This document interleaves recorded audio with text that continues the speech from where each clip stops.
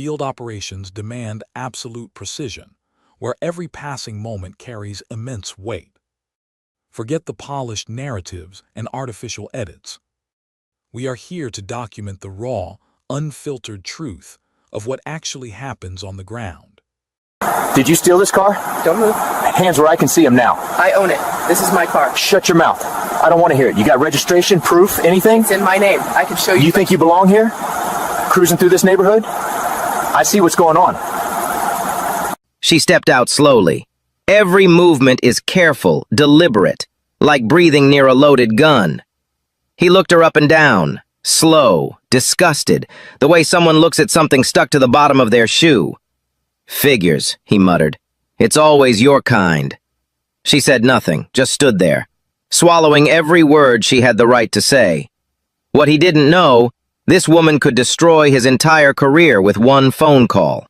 So today, I'm going to tell you how this random traffic stop spiraled into a should-have-just-kept-your-mouth-shut kind of disaster. But before we get to how this all fell apart for him, let me take you back a few hours. Let me show you who these two people really were before their worlds collided on that dark stretch of road. Grace Underwood woke up that Thursday morning the same way she always did, 5:45. No alarm, just years of discipline carved into her body like a second skeleton. Her apartment in Ridgemont, Virginia wasn't fancy.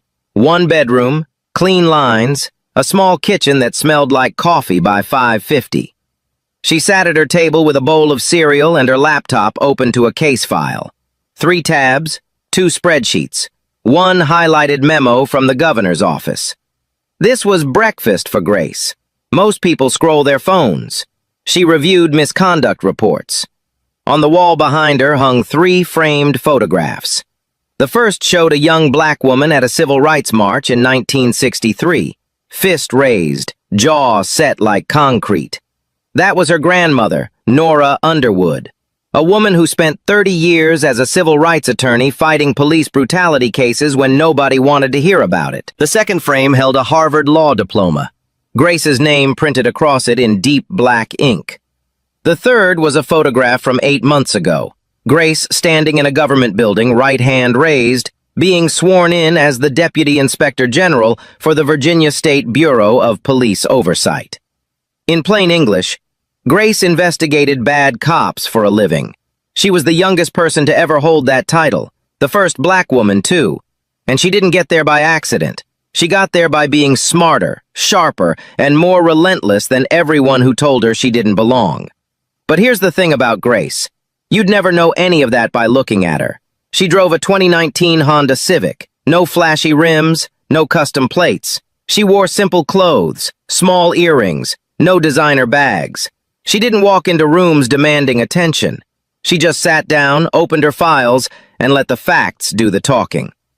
That evening, after work, Grace drove an hour out to visit her grandmother, Nora, 82 years old now, living in a small house in the next county with a porch that creaked in all the right places.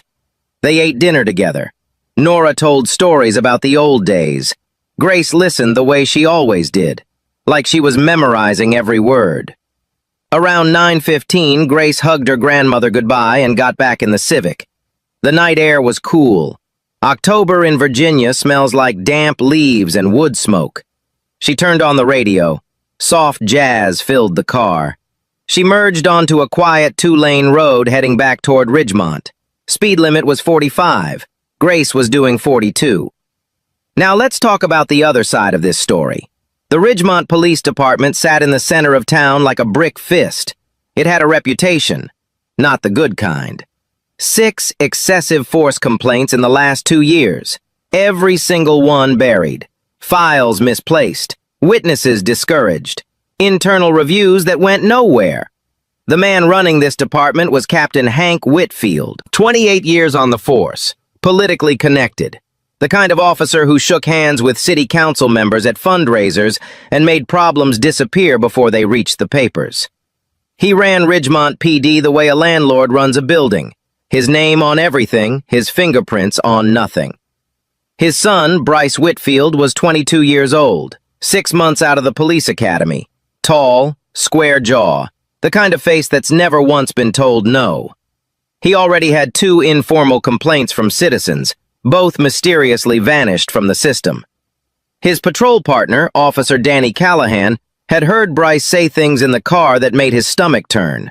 But Callahan kept his mouth shut, because Bryce's last name was Whitfield, and in Ridgemont, that name was a wall you didn't climb.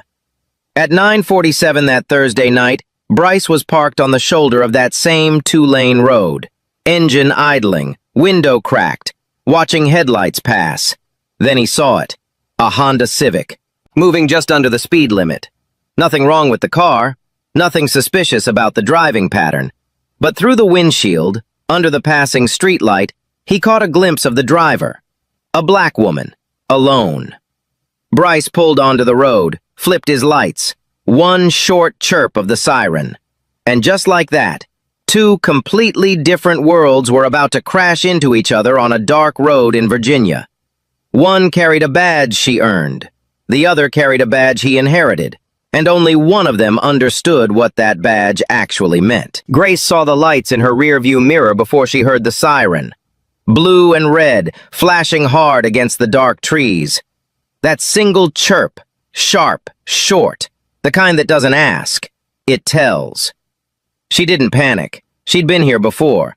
Not this exact road, not this exact night, but this moment. Every black person in America knows this moment. The way your hands move to the steering wheel before your brain finishes processing. The way your spine straightens. The way you become hyper-aware of every single movement your body makes. Grace pulled over to the shoulder. Gravel crunched under her tires. She put the car in park, turned on the interior light, rolled her window down, placed both hands on the steering wheel at 10 and 2, fingers spread, visible.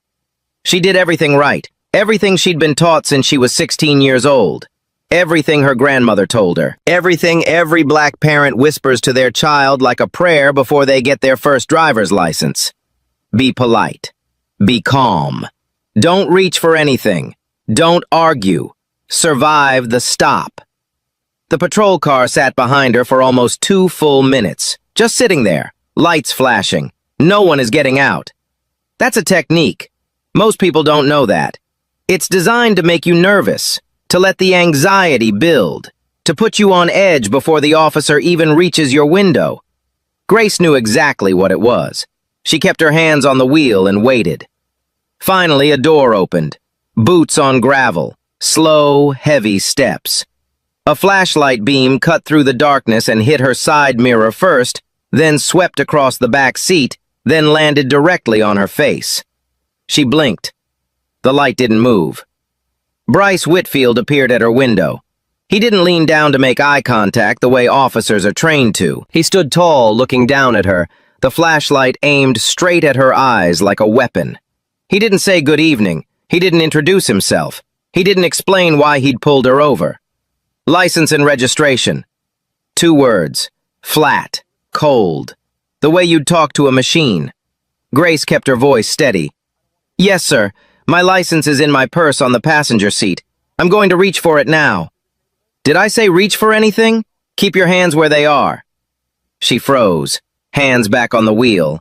He leaned in closer, close enough that she could smell the coffee on his breath. His eyes moved across her face, down to her clothes, over to the passenger seat, then back to her face. It wasn't a glance. It was an inspection. The kind of look that peels you apart and decides what you're worth before you say a single word. Where are you coming from? Visiting family, sir. My grandmother lives in... At this hour?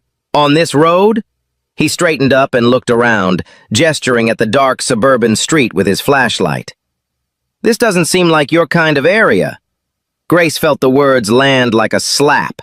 My kind of area. She let them pass. She'd learned a long time ago that some battles aren't worth fighting at 10 o'clock at night on the side of a road with a man who has a gun. I'm just driving home, officer. I live in Ridgemont. Ridgemont. He repeated the word like he didn't believe it, like the name of her own city sounded wrong coming from her mouth. What do you do in Ridgemont? I work for the state. State work? He smirked, the kind of smirk that travels up only one side of the face. Like what? Answering phones? Pushing papers at the DMV? I'd prefer not to discuss my employment, sir. Can you tell me why I was pulled over? His smirk vanished, just like that. Gone, replaced by something harder. Something that said, "You don't get to ask me questions." Your left taillight is out. It wasn't. Grace knew it wasn't. She'd checked all her lights 2 days ago. It was a habit she'd had since law school. One of those small, careful things black drivers do that most people never have to think about. Check your lights. Check your registration. Check your tags. Remove anything from the dashboard that could be misread. Leave nothing to chance. But she didn't argue. Not yet. I wasn't aware of that, sir. I'll get it fixed. You'll get it fixed. He repeated her words back to her, mocking the politeness in her tone. Then he held up her license. She'd been allowed to retrieve it by then, and tilted it back and forth under the flashlight like he was checking for a watermark on a counterfeit bill. Is this your real address? Yes, sir.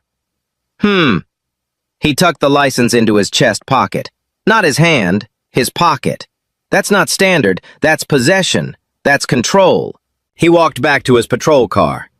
Grace watched in the side mirror as he sat in the driver's seat, door open, running her plates. She could see the blue glow of his computer screen reflecting off his face. Behind him, a second figure sat in the passenger seat. Officer Danny Callahan.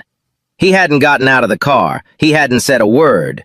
But through the mirror, Grace could see him watching, shifting in his seat, uncomfortable. 2 minutes passed. 3. 5. Then Bryce picked up his radio.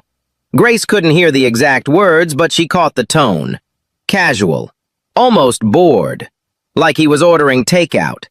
What he said into that radio was this. Dispatch, I've got a suspicious individual on Route 12. Black female, late 20s. The vehicle doesn't match the neighborhood profile. Running plates now, but something feels off. Requesting advisory. Suspicious individual. The vehicle doesn't match the neighborhood profile. Something feels off. Every single word. A lie.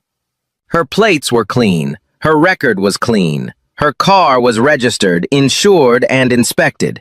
There was nothing suspicious about Grace Underwood except the color of her skin. Bryce walked back to her window. This time his posture had changed. Wider stance. Chest puffed. One hand resting on his belt near his holster. Not on the gun, but close enough. Close enough for her to see it. So here's the thing, he said. Your plates came back flagged. They hadn't. There was no flag. This was another lie. But Grace had no way to verify it in that moment. She was standing on one side of the truth, and he was standing on the other, and he had the badge. Flagged for what? She asked. That's what I'm trying to figure out. I'm going to need you to step out of the vehicle. Grace's hands tightened on the steering wheel. Just slightly. Just enough to feel the leather press against her palms. Am I being detained, officer? Or am I free to go? The question hung in the air. It's a legal question. A constitutional question. The kind of question that police officers are trained to answer clearly. And the answer matters, because it determines everything that happens next. Bryce leaned in. Close. Too close. His face inches from hers. She could see every pore on his skin. The flashlight angled upward now, casting shadows across his jaw that made him look older. Meaner. I'm asking you to step out of the car, he said low and steady. And I strongly suggest you don't make this harder than it needs to be. That wasn't an answer. It was a threat wrapped in a suggestion, and they both knew it. Grace looked at him for a long moment. Then she looked past him at the empty road. No other cars, no witnesses. Just darkness and trees and the steady pulse of blue and red lights painting everything in 2-second intervals. She reached down, slowly, carefully, and before she unbuckled her seatbelt, she did one thing that Bryce Whitfield didn't notice. She pressed a record on her phone and slid it into the cup holder. Screen down, microphone up. Then she opened the door and stepped out into the night. The moment Grace's feet touched the gravel, Bryce was already giving orders. Hands on the hood, spread your fingers, don't move. The metal was cold, not cool, cold. The kind of cold that bites into your palms and crawls up your wrists. October air pressed against her bare arms. She hadn't grabbed her jacket. He hadn't given her the chance. She stood there, palms flat on the hood of her own car, legs slightly apart, head down. A position designed for criminals, for suspects, for people who have done something wrong. Grace Underwood had done nothing wrong. Bryce circled her, slowly, the way a dog circles something it hasn't decided whether to eat or bury. His boots crunched on the gravel with every step. Crunch, crunch, crunch. Each step is deliberate, measured, designed to remind her who was in control. He stopped directly behind her. She could feel his presence like heat from an open flame. He stood there for 5 seconds, 10, saying nothing, just breathing, letting the silence do the work, letting her wonder what he was going to do next. "I'm going to check your vehicle for safety," he announced. Grace spoke without lifting her head. "I do not consent to a search of my vehicle." The words were calm, clear, legal. 7 words that carry the full weight of the Fourth Amendment. 7 words that every American citizen has the right to say.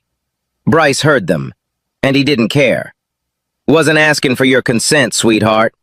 He walked to the passenger side, opened the door, and began tearing through her car like he was looking for buried treasure. The glove compartment first. He pulled out the registration papers, the insurance card, a small flashlight, a pack of tissues. He didn't set them aside. He tossed each item onto the passenger seat without looking at them. The insurance card fluttered to the floor. He stepped on it. Then the center console.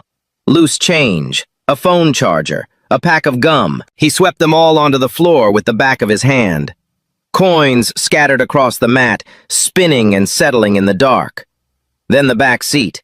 He pulled up the floor mats, checked under the seats, ran his hand along the seams of the upholstery like he was searching for hidden compartments. Found nothing, because there was nothing to find. Then he saw it. A leather briefcase on the back seat, dark brown, professional, the kind of bag that carries things that matter. He grabbed it by the handle, unzipped it roughly, and dumped the contents onto the passenger seat. Papers spilled everywhere. Case files, legal documents, memos with headers and stamps and official seals.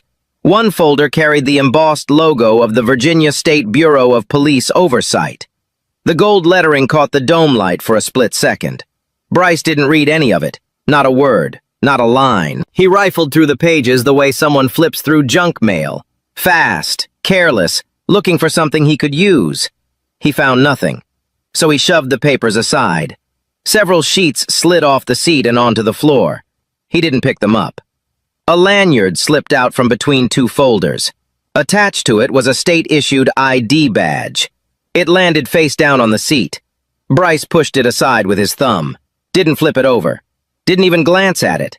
That badge had Grace's photograph on it. Her name, her title, Deputy Inspector General, and the seal of the state of Virginia. He pushed it aside like it was a piece of trash. Bryce came back to where Grace stood. She hadn't moved, not an inch. Palms still flat on the hood, fingers still spread. The cold had turned her knuckles pale at the edges. A breeze moved through the trees above them, rustling leaves that sounded like whispers. He stood behind her again, close, closer than before, close enough that she could feel the warmth of his breath on the back of her neck. Close enough that the space between them stopped being professional and started being something else entirely. Something heavy. Something that tasted like fear and smelled like cheap cologne and coffee. "You've got a lot of paperwork in that car," he said. "Whole lot of important-looking stuff. What is all that?" "Work documents." "Work documents."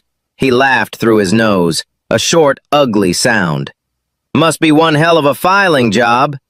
He stepped around to face her, crossed his arms, planted his feet wide, tilted his head to one side like he was studying an animal behind glass.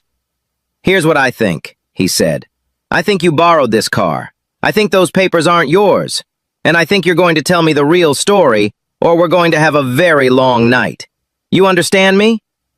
Grace lifted her eyes for the first time. She looked directly at him, steady, unblinking. Her voice didn't waver. It didn't rise.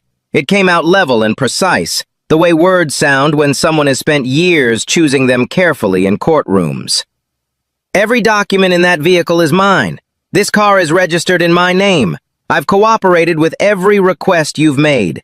I've stated clearly that I do not consent to this search, and I'm asking you, again, am I being detained or am I free to go? Something flickered behind Bryce's eyes. Not doubt, not guilt, irritation. The raw, hot irritation that comes when someone you've already decided is beneath you refuses to break, refuses to cry, refuses to beg. You've got a real smart mouth, he said. His voice dropped lower, quieter, more dangerous. You know that? Girls like you always think they're clever, always think they know more than everyone else, walking around with your big words and your attitude. Girls like me? Grace repeated the words quietly, not as a challenge, as a mirror, holding his own words up so he could see exactly what they looked like. Yeah, he stepped closer, 1 more inch. Girls like you. The words hung in the night air like smoke from a fire that was already burning out of control. From the patrol car, a voice cut through the tension. Bryce! It was Callahan. He'd finally gotten out. Standing by the open passenger door, one hand on the roof, his face was tight, jaw locked, eyes moving between Bryce and Grace like a man watching a car accident happen in slow motion. Maybe we should let her go, man. Plates are clean. She's been cooperative the whole time. There's nothing here. Bryce didn't turn around, didn't even tilt his head. Go wait by the car, Danny. Bryce, I'm serious. This doesn't feel... I said go wait by the car. Louder this time. The command of someone who's never had to earn authority, only inherit it. Callahan stood there for 3 long seconds, jaw clenched so tight the muscles in his neck stood out like cables. Then he turned and walked back to the patrol car. He got in, closed the door, but he didn't look away. He sat there watching through the windshield the way someone watches a house fire they know they should have stopped when it was still just a spark. Bryce turned back to Grace. Empty your pockets. She reached into her jacket slowly. A set of keys, a tube of lip balm. That was all. She placed them on the hood beside her flattened hands. The keys clinked against the cold metal. Where's your phone? Grace's heart beat once, hard, a single heavy thud behind her ribs. In the car. Bryce walked to the driver's side, leaned in, reached into the cup holder. His fingers closed around the phone. He pulled it out and held it up. The screen was dark, but at the very top, a small red icon pulsed. The recording indicator. Steady, patient, capturing everything. He saw it. His jaw tightened. The muscles around his mouth pulled into something that wasn't quite a smile and wasn't quite a snarl. He held the phone up toward her. You recording me? His voice dropped half an octave. You've been recording this whole time? That's real cute. Real cute. He set the phone on the trunk of her car, screen down, hard enough to hear the case smack against the metal. But he didn't stop the recording.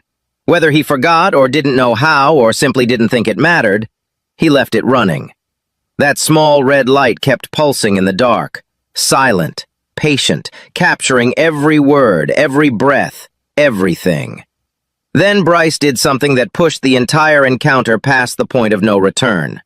He picked up his radio, keyed the button, and in a voice as casual as reading off a grocery list, he said, Dispatch, update on the Route 12 stop. Individual is being non-compliant, refusing to cooperate with the investigation. May need additional units for backup. Non-compliant, refusing to cooperate. Grace had placed her hands on the hood when told. She had answered every question. She had emptied her pockets. She had not raised her voice. Not once. Not even close. She had done everything right. Everything by the book. Everything her grandmother ever taught her. And he radioed in that she was non-compliant. That word, non-compliant, does something in the system. It changes the math. It raises the threat level. It rewrites the story before anyone else arrives. It means the next officers who show up will come in ready for resistance, ready for danger, hands closer to their weapons, minds already made up. Grace knew exactly what he'd just done. She felt it in her chest like a cold stone dropping into still water, the ripples spreading outward, each one carrying a new kind of danger. She looked at Bryce Whitfield, 22 years old, 6 months on the job, a borrowed badge and a borrowed last name, standing in front of her in the dark like he owned the night. Like he owned her. And she said, in a voice so steady it could have balanced a glass of water on every syllable, "Officer, I have cooperated fully with this stop. I've provided my license and registration. My record is clean. My plates are clean. I do not consent to this search. I am formally requesting your full name and badge number." Bryce smiled. Not a real smile. The kind of smile that's really just teeth. The kind that says, "I could stand here all night and there's nothing you can do about it. You'll get it when I'm good and ready." Okay, pause. If your blood isn't boiling right now, check your pulse. This kid lied about her taillight, lied about her plates, searched her car illegally, and radioed in false info. And he thinks Daddy's last name makes him untouchable. Oh man, he has no idea what's coming. Headlights appeared on the road behind them. Not fast, not urgent, just steady. Another patrol car rolling up to the shoulder, gravel popping under its tires. The light bar wasn't flashing, just the headlights, calm and deliberate. Bryce glanced over his shoulder. He wasn't expecting backup this fast. He hadn't even finished his radio call. But this wasn't backup. The driver's door opened. A pair of polished boots hit the ground. Sergeant Vivian Cole stepped out, 20-year veteran, salt and pepper hair pulled into a tight bun, the kind of officer who'd seen everything twice and stopped being impressed by any of it a long time ago. She'd been in the area, heard the dispatch. Something about it didn't sit right with her.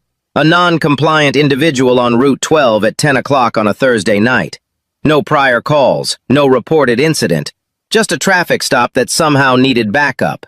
So she came to see for herself. Cole walked toward the scene and took it in with one slow sweep of her eyes.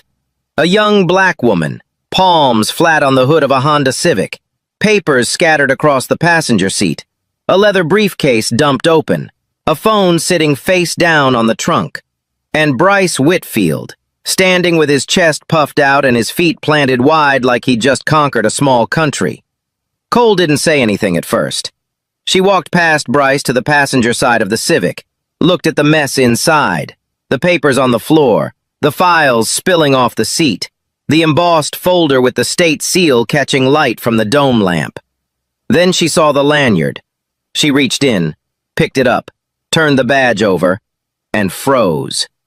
The photograph on the badge showed the same woman standing at the hood of this car, same face, same calm, steady eyes. And underneath the photograph, printed in crisp black letters on a white background with the gold seal of the Commonwealth of Virginia, Grace Underwood, Deputy Inspector General, Virginia State Bureau of Police Oversight.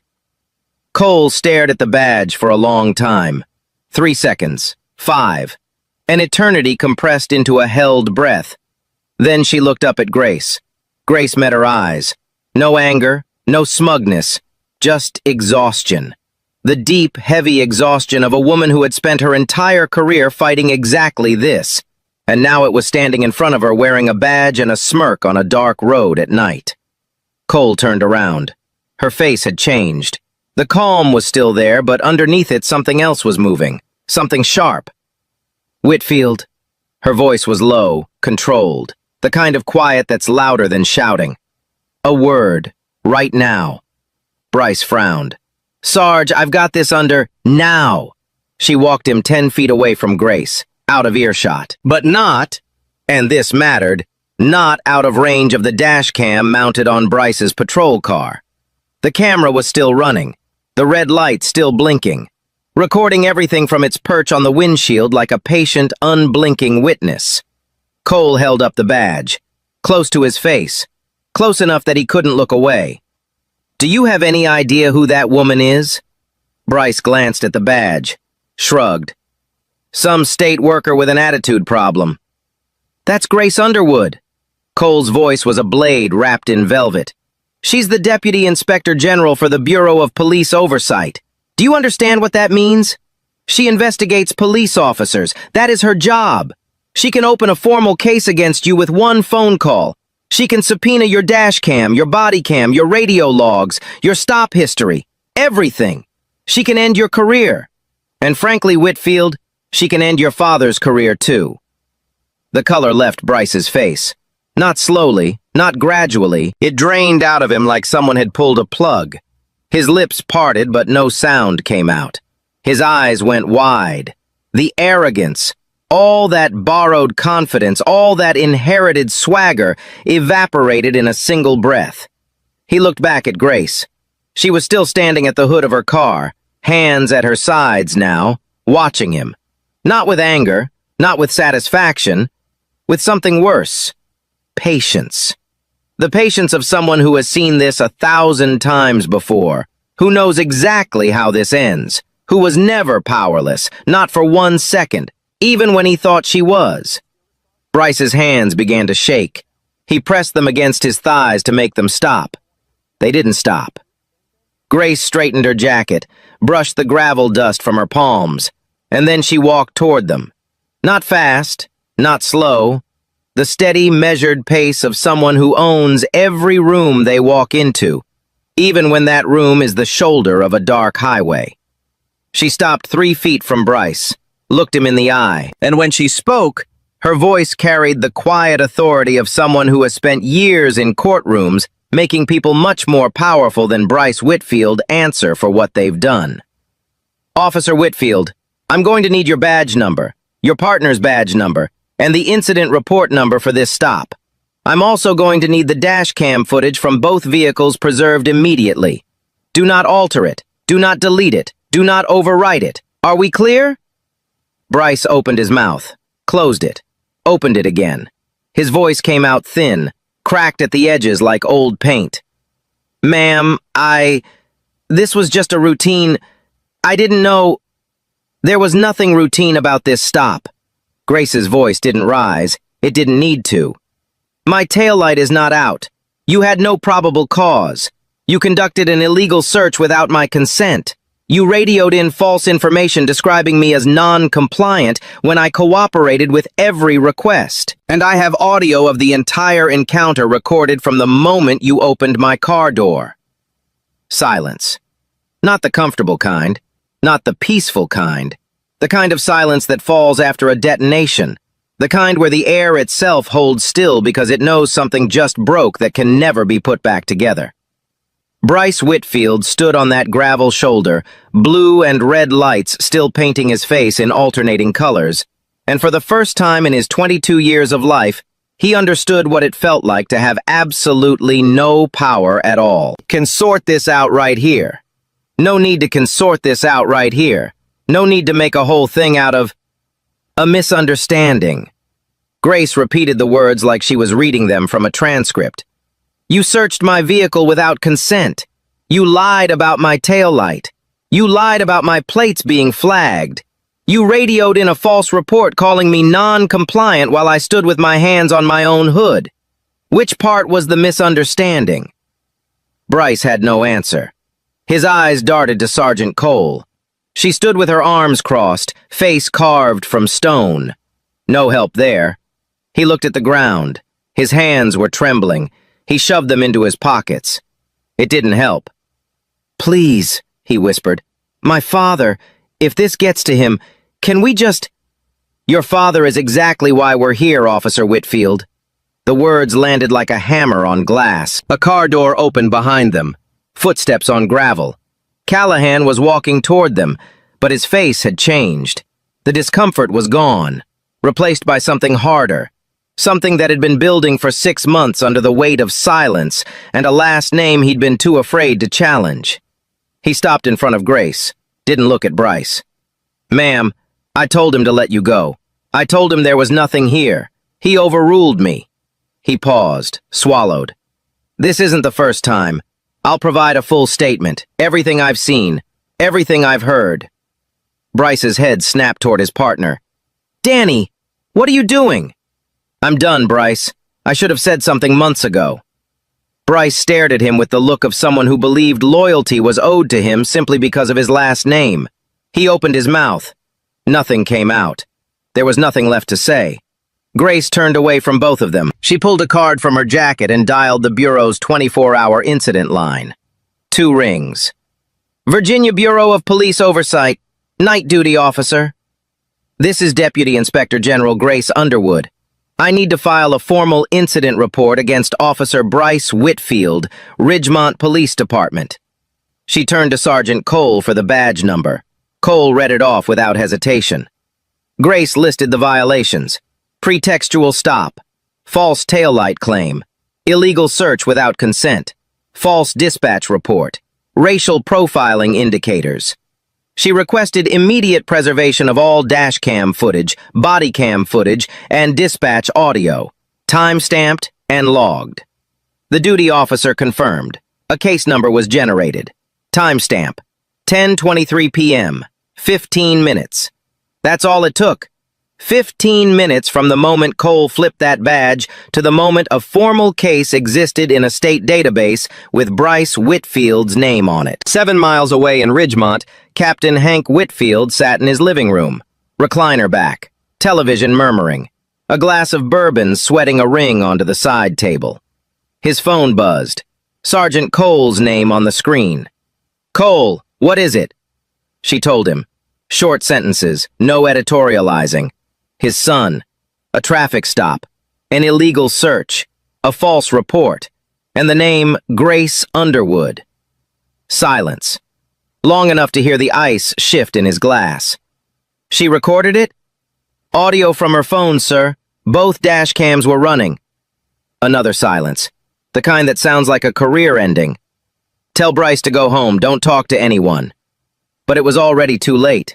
The report was filed. The preservation request was logged. The case number existed in a system that Hank Whitfield had no access to and no authority over. For the first time in 28 years of making problems disappear, he'd hit something he couldn't bury, couldn't lose in a filing cabinet, couldn't fix it with a phone call. His son had picked the wrong woman on the wrong road on the wrong night. And now the whole machine was coming alive. The next morning, Grace walked into the Bureau's headquarters in Richmond and did something that surprised everyone in the building. She recused herself.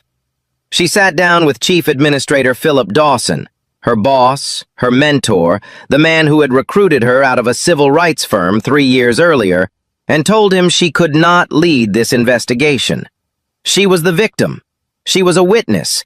And if this case was going to survive a courtroom, it needed to be untouchable. No conflicts, no shortcuts, no room for a defense attorney to claim bias. Dawson understood. He assigned the case to senior investigator Rachel Simmons, a 15-year veteran of the Bureau who had a reputation for being thorough the way a surgeon has a reputation for being precise. She didn't rush. She didn't assume. She followed the evidence the way water follows gravity, steadily, inevitably, and without apology. Simmons started with the dashcam footage.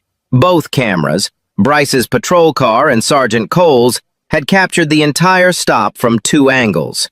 The footage was devastating, not because it showed violence, but because it showed something almost worse.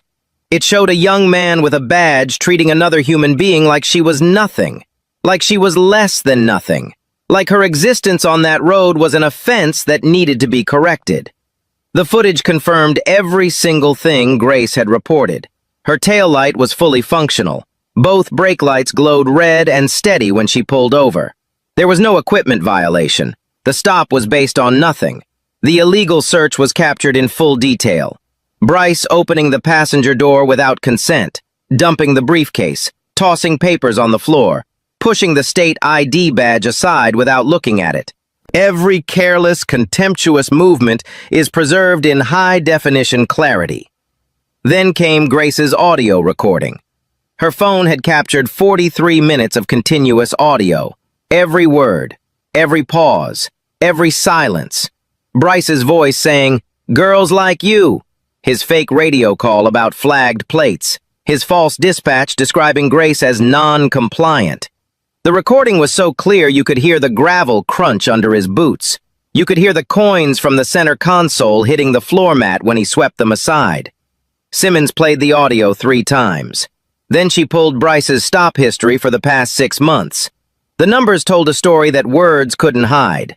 In 6 months on patrol, Bryce Whitfield had conducted 114 traffic stops. Of those, 93, 82%, targeted Black or Latino drivers. In a district where the population was 61% white. The disproportion wasn't a gray area. It wasn't open to interpretation. It was a pattern so obvious it practically drew its own diagram. Of those 93 stops, 31 resulted in vehicle searches. 0 produced any contraband. 0 led to arrests. 31 people pulled over, searched, humiliated, and sent home with nothing but a story about the night a cop decided they didn't belong. Then Officer Danny Callahan sat down for his formal interview. He came in alone, no lawyer, no union representative, just a man who had decided that 6 months of silence was enough. He provided a written statement, 14 pages, detailing everything he had witnessed since being assigned as Bryce's partner. The racist remarks in the patrol car, the slurs disguised as jokes, the way Bryce would scan oncoming traffic and say things like, "Let's see what this one's up to," every time a black driver passed. The 2 prior complaints that had been filed against Bryce, and the conversations Callahan overheard about those complaints being handled before they reached the formal review process. Callahan admitted he should have spoken up sooner. His voice cracked twice during the interview. He said he was afraid. Afraid of Bryce's father. Afraid of being blacklisted. Afraid of what happens when you challenge a name that runs the department.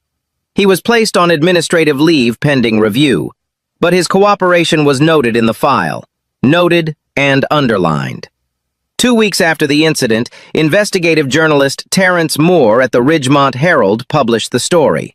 He'd received a tip. He'd filed public records requests. He'd reviewed the dashcam footage through an official channel, and when the story went live, it went everywhere. The headline read, "Cop's son targeted state oversight official in racist traffic stop. Dashcam tells the full story." Within 24 hours, every major news outlet in the country had picked it up. Cable news ran the dashcam footage on loop. Legal analysts broke down each violation in real time. Social media turned Bryce Whitfield's name into a symbol of everything wrong with unchecked authority. Grace gave one public statement, just one. Standing outside the Bureau's headquarters in a gray blazer, no notes, no teleprompter. She looked directly into the camera and said, "This isn't about me. I had the tools and the position to hold this officer accountable. My concern is for every person who has been stopped by him, or by officers like him, who didn't have those tools, who didn't have a badge to flip over, who just had their word, and nobody believed them." The statement was 30 seconds long. It was replayed more than 12 million times in the first week. Public pressure mounted fast. Community members in Ridgemont came forward, one by one, then in groups. People who had been stopped by Bryce. People who had filed complaints that went nowhere. People who had stayed quiet for years because they thought nothing would change. This time, something changed. The state attorney general announced a formal investigation into the Ridgemont Police Department. Not just Bryce, the entire department. Every buried complaint, every lost file, every internal review that ended before it started. Bryce Whitfield was formally charged on 3 counts: unlawful search and seizure, filing a false police report, the dispatch call, and civil rights violations under state law. His attorney pushed for a plea deal. Bryce wanted a jury trial at first. He changed his mind when his lawyer explained that a jury would see the dashcam footage, would hear the audio, would listen to "Girls Like You" played on courtroom speakers while 12 strangers decided his future. He pleaded no contest. The judge sentenced him to 18 months in state prison, immediate termination from the Ridgemont Police Department, and a lifetime ban from law enforcement anywhere in the Commonwealth of Virginia. When the sentence was read, Bryce stood with his head down, hands clasped in front of him. He didn't speak. His mother cried in the second row. His father wasn't in the courtroom. Captain Hank Whitfield's reckoning came next. The internal investigation uncovered a pattern of suppressed misconduct reports stretching back over a decade. Complaints buried, files rerouted, officers protected. A system designed not to serve the public, but to shield the department from accountability. Hank Whitfield was forced to resign. He lost his pension eligibility. 28 years on the force, and he walked out of the building with a cardboard box and a silence that followed him like a shadow. The Ridgemont Police Department was placed under a federal consent decree. An independent monitor was appointed to oversee reforms. The decree would remain in effect for a minimum of 5 years. 3 weeks after the sentencing, Grace drove that same Honda Civic down that same 2-lane road, past the same shoulder where Bryce had pulled her over, past the same spot where she'd stood with her palms flat on cold metal while a stranger decided she didn't belong. She didn't stop. She didn't slow down. She just drove, windows down. October air turned to November now, colder, sharper, but cleaner somehow, like something heavy had been washed out of it. She pulled into her grandmother's driveway at 6:30. The porch light was already on. It was always on when Nora knew she was coming. They sat together on the porch, 2 rocking chairs, a pot of tea between them. The kind of evening that doesn't need conversation to feel full. Crickets in the grass, a dog barking somewhere down the road, the creak of old wood under slow, steady rocking. Nora spoke first. When I was fighting those cases in the 70s, we didn't have dash cams, didn't have phones that fit in your pocket, didn't have video that played back every word. She paused, took a sip of tea. Her hands were thin now, but steady, always steady. We just had our testimony, and most of the time nobody believed us. They'd look at the officer, look at us, and decide who was telling the truth based on nothing but the color of our skin. Grace held her grandmother's hand. The skin was soft, paper thin, but the grip was still strong. They believe us now, Grandma? Nora smiled, small, quiet, the kind of smile that carries 60 years of fight behind it. Some of them do, baby. Some of them do. In the months that followed, the ripple effects of that night on Route 12 spread further than anyone expected. The Bureau used the case to push for statewide reform. New legislation required mandatory dash cam and body cam activation during all traffic stops. No exceptions. No officer discretion. The cameras turn on when the lights turn on. Period. An independent review system was established for all traffic stop data across Virginia. Every stop logged, every demographic recorded. An algorithm flagged officers whose stop patterns showed statistical anomalies, the kind of patterns that Bryce Whitfield had carried for 6 months while nobody bothered to look. An early warning system was implemented statewide. Officers who accumulated multiple complaints within a defined period were automatically referred for review. No more lost files, no more quiet conversations that made problems disappear. Officer Danny Callahan completed a retraining program and returned to duty, not in Ridgemont, but in a neighboring county. He began speaking at police academies across the state, not about procedure, not about policy, about silence. About what it costs you to watch something wrong happen and say nothing. About the weight of 6 months of keeping your mouth shut while someone with your same badge makes a mockery of everything that badge is supposed to mean. The Ridgemont Police Department, under its federal consent decree, implemented community policing reforms. An independent civilian review board was established. Officers were required to complete bias training every 6 months. Complaint numbers dropped by 43% in the first year. None of this erased what happened to Grace that night. None of it gave back the 43 minutes she spent standing on gravel in the cold being treated like a criminal in her own state. But it meant something. It meant that the next Grace, the one without a badge, without a law degree, without a phone recording in the cup holder, might have a slightly better chance of being treated like a human being during a traffic stop on a dark road at night. And that mattered. That mattered a lot. Look, real talk. This story, I made it up. Grace isn't real. But oh my God, the feelings, the humiliation, that thing where someone looks at you and just decides who you are before you even open your mouth, That's real. That's so painfully real, it hurts. And here's the thing that messes me up. Grace had a whole law degree, a state badge, a phone recording everything. Most people who go through this, they got nothing, just their word, and nobody listens. So yeah, the question isn't, does this happen? We all know it happens. The question is, what do we do when we see it? Do we scroll past? Or do we actually give a damn? If this story hit you somewhere deep, smash that like button.